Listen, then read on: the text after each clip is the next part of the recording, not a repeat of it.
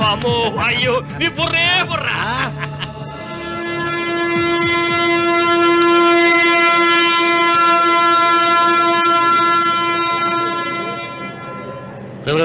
ఏంట్రా కింద పడింది తింటున్నావు? రేపటి నుంచి మీరు కూడా తినాలండి. ఎందుకురా? లేకపోతే ఏంటండి పని అమ్మాయిని ప్రేమించగానే సరిపోలేదండి, వాళ్ళు అలవాట్లు కూడా నేర్చుకోవాలి.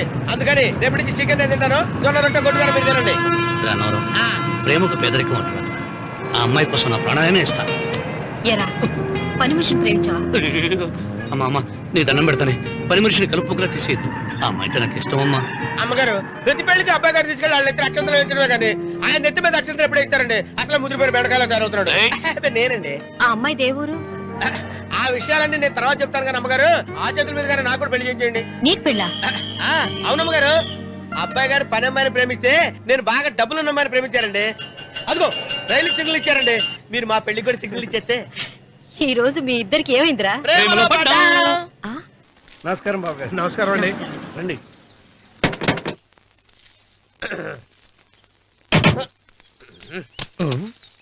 ఏంట్రా అన్నవరం పూజిచ్చి నిలబడ్డావు? అరటిగా లోపల తీసుకురా. నేను తీసుకురానండి. ఏ నన్ను తీసుకెళ్ళమంటావా? మీరు తీసుకెళ్తారు, లోపల పెట్టుకుంటారు, మీ ఇష్టం. ఏమైందిరా నీకు? ఏమైందంటారేంటండి, లోపల నా గుండెలకు వచ్చిన ఎంకం ఉందండి. అది నన్ను ఎంత మోసం తెచ్చిందో తెలుసా అండి. ఆ విషయం నేనే మర్చిపోయాను. ఒరే అన్నవరం, తమరు మాత్రం వెంకమ్మను మోసం చేయలే? నేనే మోసం చేశానమ్మా. అదేనమ్మా, 100 ఎకరాల పొలం ఉంది, 200 ఎకరాల పొలం ఉంది అని చెప్పావు కదా. అందుకని నోరు మూసుకుని లోపలికి వచ్చి వెంకమ్మను నాకంటే ముందు నువ్వు పెళ్లి చేసుకో. ఆ తర్వాత రుక్మిణి నేను పెళ్లి చేసుకుంటా. అరటిగా తీసుకురా. నేను రాను. మీరని చెప్పినా నేను రాను. రావా? రాను. అయితే రామన్న చౌదరి గారికి చెబుతా. తీసుకురా. నమస్కారం అండి.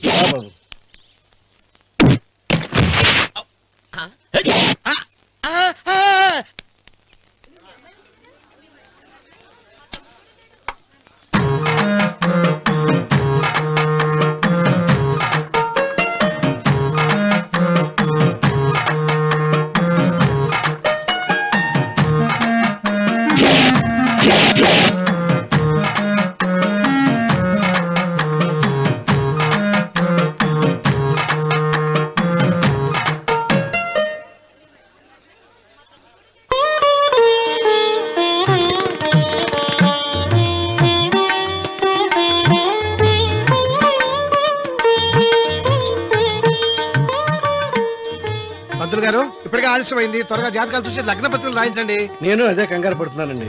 ఇప్పటికే ఆలస్యం అయిపోయింది, మంచి ముహూర్తం దాటిపోతుందేమోనని. మీరు మాత్రం ఏం చేస్తారండి, మీ ఊరు నుంచి బయలుదేరి రావాలంటే ఒకవైపు కొండ, ఇంకోవైపు చెరువు, మధ్యలో ఆలయం. ఆలయం లేకపోతే సమయానికి వచ్చి ఉండేవాళ్ళుగా. ఏడముందో తెలియని కముకు తెప్ప 30 ఎకరాల భూమి నిత్యాన్నదానం కోసం అమ్మవారి దేవుడానికి రాసేసిన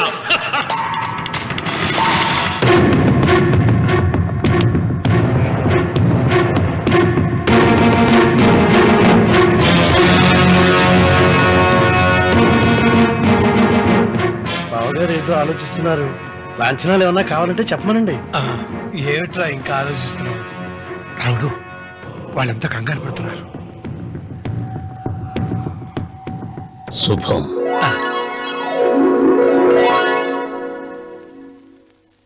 ఏం మాట్లాడుతున్నారు రావుల చౌదరి గారు? ఆలయం కూలగొట్టించి రొట్టేయించాలా? ఇన్ని సంవత్సరాలుగా మన గ్రామం కుగ్రామంగా మిగిలిపోవటానికి రహదారి సదుపాయం లేకపోవడమే కారణం. ఇదిగో 6 మైళ్ల పొడవున రోడ్డు వేయించడానికి ప్లాన్ సిద్ధం చేశాను. దీని మూలంగా నేను 120 ఎకరాల పొలాన్ని పోగొట్టుకుంటాను. అది సరేనండి, మరి ఆలయము? పదవిలో ఉన్న వాళ్ళు ఆలోచించవలసింది ఆలయాన్ని గురించి కాదు, ప్రజల శ్రేయస్సు గురించి. ఒక పక్క కొండ, ఇంకొక పక్క చెరువు, మధ్యలో ఆలయం. దాన్ని పడగొట్టకపోతే ఇంకో 6 మైళ్ల దూరం ఎక్కువ పెరుగుతుంది. అది అమ్మవారి ఆలయము. నోరు లేని అమ్మవారి కంటే నోరున్న జనం గొప్పవాళ్ళు. రోడ్డు లేకపోబట్టి ఈ పల్లెలోని పేద ప్రజలు పండించుకున్న కూరగాయలు పట్టణానికి తీసుకెళ్లలేకపోతున్నారు. వాళ్ల బాగు కోసం రోడ్డు వేయించి తీరుతాను. దానికోసం ఏమైనా చేస్తాను. ఏం చౌదరి గారు, మీ ఇంటి మొగల శివలింగం ఆన్నే ఉండాలా? దానికి దినాము పూజలు పురస్కారాలు జరుగుతాండాలా? అమ్మవారి దేవాలయం మాత్రం కూలగొట్టాలనా? మీరు మీ ఇంటి ముందున్న శివలింగాన్ని పీకి పారేయండి, అప్పుడు ఆయన ఒప్పుకుంటాడు. నువ్వు ఈ మాటను అంగీకరిస్తున్నావా? ఒప్పుకోండి సాంబశివరావు గారు, ఈయన శివలింగం జోలికి ఏమాత్రం పోతాడో నేను చూస్తాను. కానీ ఏమి ముందు శివలింగం పడుగొట్టరి ఎరుకొచ్చిరి ఆలయం గోడ మీద పలుకు వెయ్యరి.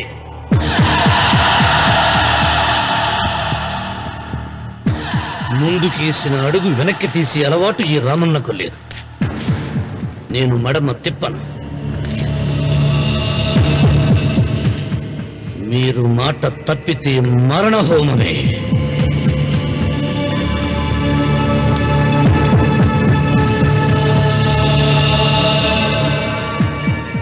ఊపు చూస్తా ఉంటే శివలింగాన్ని పీకి పారేసెట్టే ఉండాడే. అయితే సాంబశివరావు గారి 30 ఎకరాలకు ఎసరే. ఆ ఇంటి ముందుండేటిది మామూలు రాయి కాదయ్యా, మహిమగల శివలింగము. తరతరాలుగా వాళ్ళ వంశాన్ని కాపాడుతాడే దేవుడు. చెయ్యి వెయ్యని తెలుసది.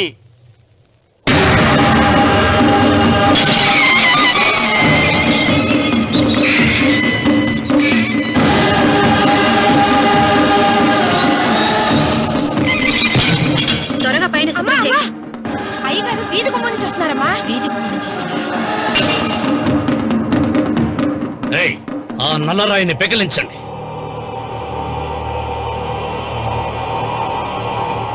ఓ, మీరందరూ హిందువులు. మీకు కళ్ళు పోతాయి, మీ జీవితాలు కుళ్ళిపోతాయి అన్నారు. అయ్యా, ముస్లిం అయినా హిందూ అయినా దేవుడు దేవుడే. నేను ఈ పాపం చేయలేను. పాపం? దేవుడి ముందు చేతులు కట్టుకుని నిలబడటమే శాపం రా. నేనే పెకలిస్తాను.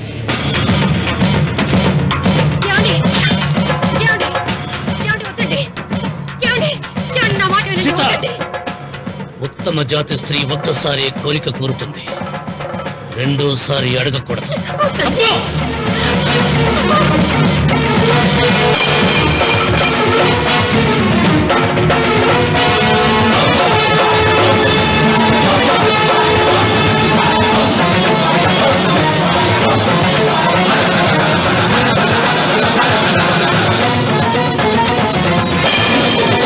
శివ శివ శివ శివ శివ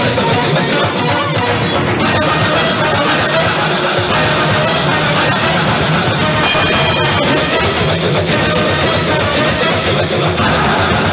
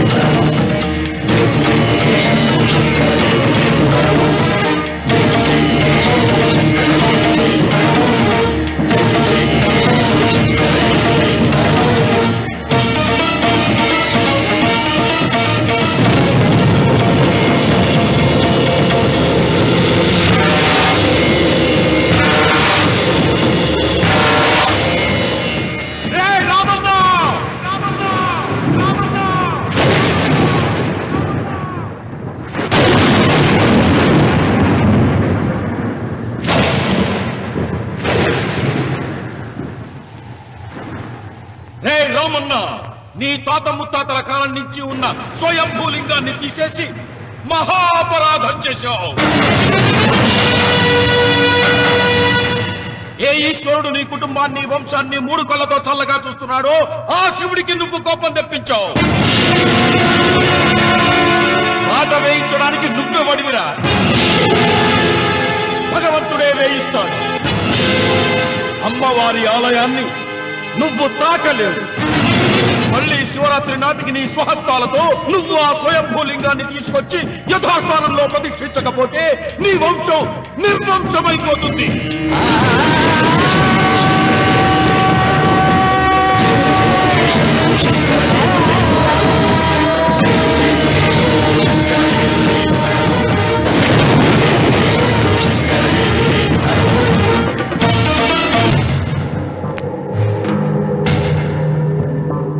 శివలింగాన్ని మీకు చెరులో మారేశాడు. ఇంకా గుడి మీద కూడా వస్తాడు. ఎక్కడొస్తాడు? జటాధర స్వామి శపించాడు కదా, జారిపోయి ఉంటాడు. రామున్న మొండివాడు పాపారావు.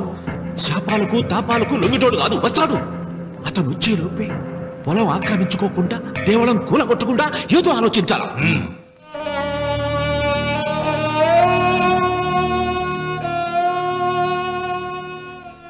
అన్నయ్య, ఆయనతో మాట్లాడే ధైర్యం నాకు లేదు. నువ్వైనా మాట్లాడి మళ్ళీ శివలింగాన్ని ఇక్కడ ప్రతిష్ఠించమని చెప్పు. వాడిని గురించి నాకంటే నీకే బాగా తెలుసమ్మా. వాడు నా మాట వింటాం. నాకు భయంగా ఉందన్నయ్య. ఆపద ఏ వైపు నుంచి వస్తుందో ఏమిటో.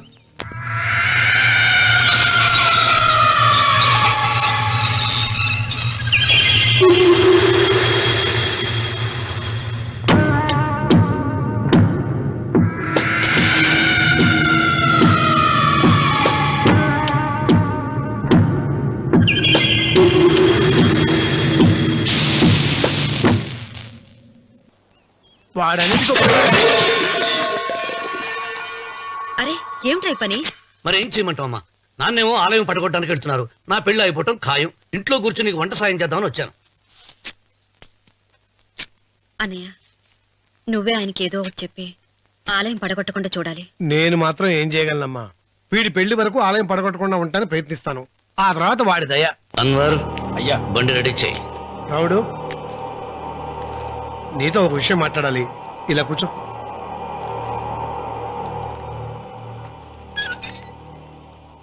ఆలయం విషయంలో నీ పంతం మానుకోవా?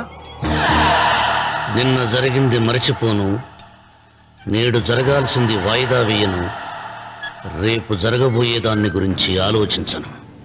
ఆలయాన్ని ఈ రోజే పడగొట్టిస్తాను. నీకు కావాల్సింది పొలం కదా, ఆలయం జోలికి ఎందుకు వెళ్ళటం?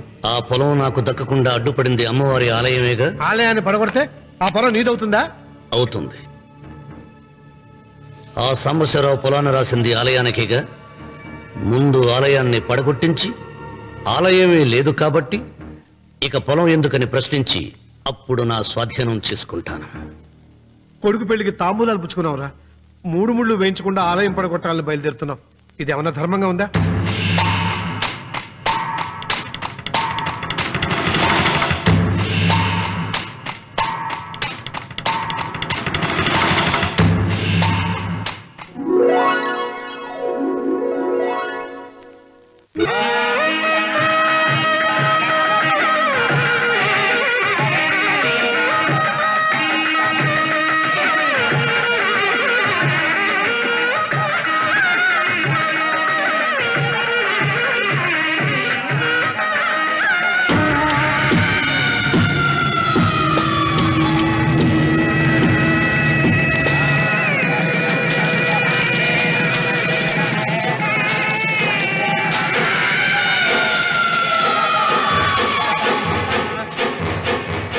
శుభమస్తు. నీకు మాత్రం అస్తమస్తు.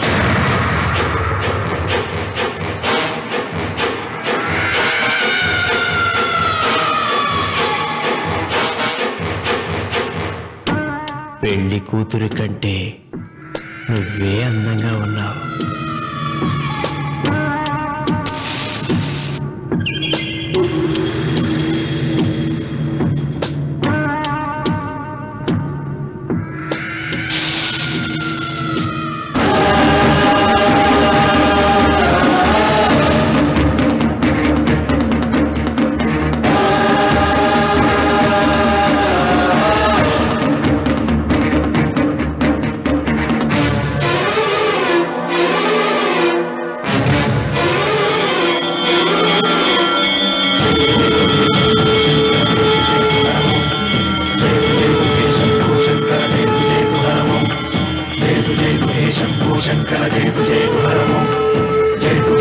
शंभो शंकर जय जय हर ओम नागेन्द्रहाराय त्रिलोचनाय भस्मांगरागाय महेश्वराय नागेन्द्रहाराय त्रिलोचनाय भस्मांगरागाय महेश्वराय नित्याय शुद्धाय दिगंबराय तस्मै नकाराय नमः शिवाय जय जय शंभो शंकर जय जय हर ओम जय जय शंभो शंकर जय जय हर ओम जय जय शंभो शंकर जय जय हर ओम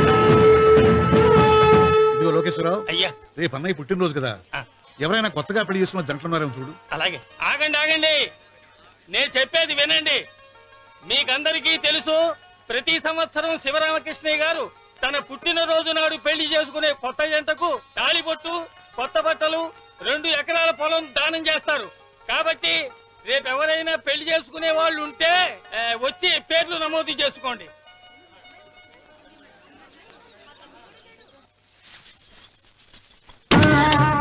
పర్వాలేదులే, భగవంతుడు చల్లగా చూసుంటే శోభనం గదిలో నీ కొంగుముడి విప్పాల్సిన వాణ్ణి. డబ్బుందని రామన్నని పెళ్లి చేసుకున్నావు కదా.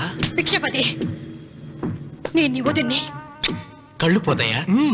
పోనీ, నిన్ను అనుభవించాక కళ్ళేమిటి, ప్రాణం పోయినా పర్వాలేదు. ఏంట్రా, ఏం చేస్తున్నావు ఇక్కడ? ఏం లేదు నాన్న, పాలేమన్నా ఉంటే ఒక బిందెడివ్వు, నేను కూడా శివలింగం మీద పోస్తాను అంటే నోర్మి అంటుంది. మూసా పోస్తాను వదినా. ఏమా, వాడేమన్నా వాగాడా?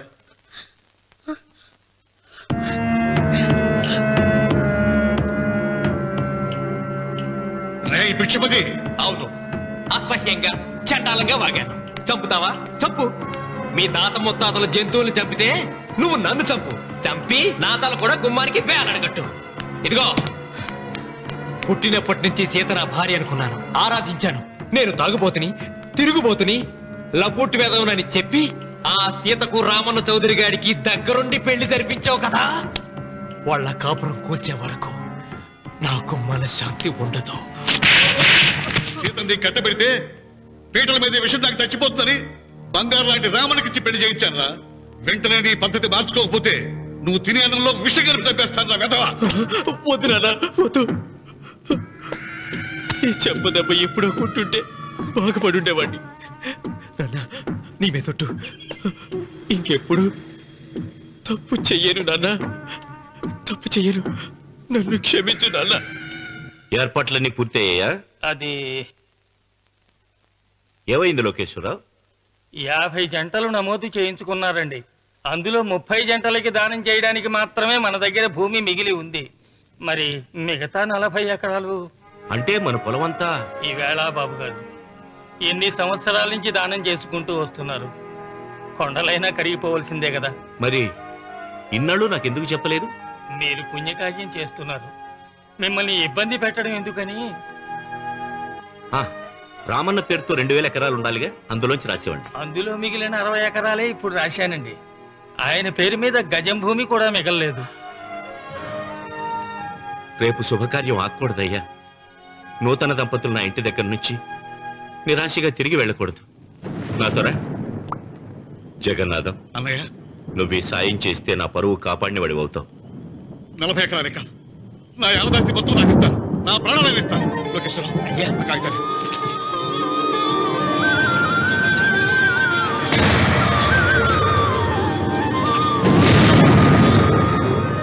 మీ కుటుంబం 10 కాళ్ళ పాటు చల్లగా ఉండాలయ్యా.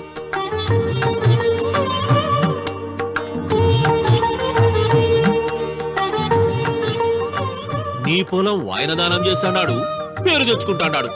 ఇంకా నీకే మిగులుతాది, డబ్బు లేచిపోతావు. తొందర పడకు, చూస్తావుగా. ఒరే రావుడు, ఈ భోజనాల కార్యక్రమం చూస్తుంటే నాకు తిరుపతి దేవస్థానం గుర్తుకొస్తోందిరా. నువ్వైనా చెప్పచ్చు కదా మీ నాన్నకి, ఈ దానాలకు అంతే లేదా? ఎదుటివాడికి ఇంత పెట్టడంలో ఆయన ఆత్మసంతృప్తి పొందుతున్నారు. ఆ పుణ్యమే ఆయన నిండు నూరేడు బ్రతికిస్తుంది. నువ్వు అన్నం వడ్డించి. ఇదంతా నీ పుణ్యమేరా. అంత మాటలు కన్నయ్య. హర మహదేవ్ శంభో శంకర. ఓం నమః. పెదనాన్న. ఏం బాబు? పెదనాన్న, నాన్న ఏమిట్రా? నాన్న నోరు ఏమిటో చెప్పరా? మా నాన్న నోరు తెరిచి నిన్ను అడగలేక నాకు దస్తావేజీలు ఇచ్చి పంపించాడు. దేనికి? మీరు మా దగ్గర తీసుకున్న పొలానికి గాను రుణపత్రం రాయించుకు రమ్మన్నాడు.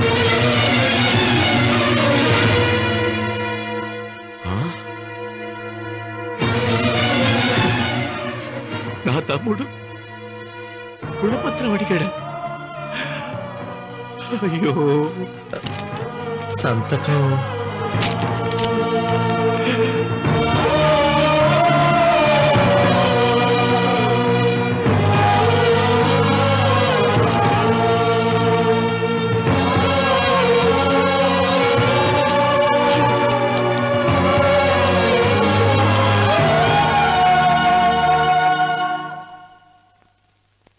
ఏంట్రా తినవేంటి? ఓహో, అన్నంలో విషం కలిపి చంపుతున్నానని భయపడి చస్తున్నావా? లేదురే, తిను. ఏంట్రా నాకేమైంది?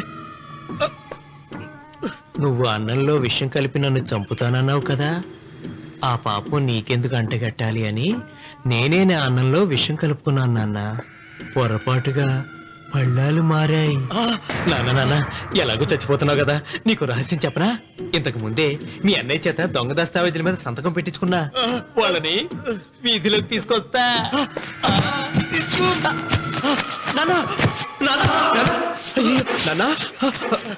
ఈ రేతో నీకు చెప్పాక నేను ఎందుకు బతునిస్తాను? నాన్న చిన్నప్పుడు నీ గుండెల మీద ఆడుకుంటే తెగ ఆనందపడేవాడు కదా, పోయేటప్పుడు కూడా ఆడుకుంటా ఆనందపడే. చల్ చల్ గుర్రం చలాకి గుర్రం, చల్ చల్ గుర్రం చలాకి గుర్రం, చల్ చల్ గుర్రం చలాకి గుర్రం, చల్ చల్. నాన్న అయ్యో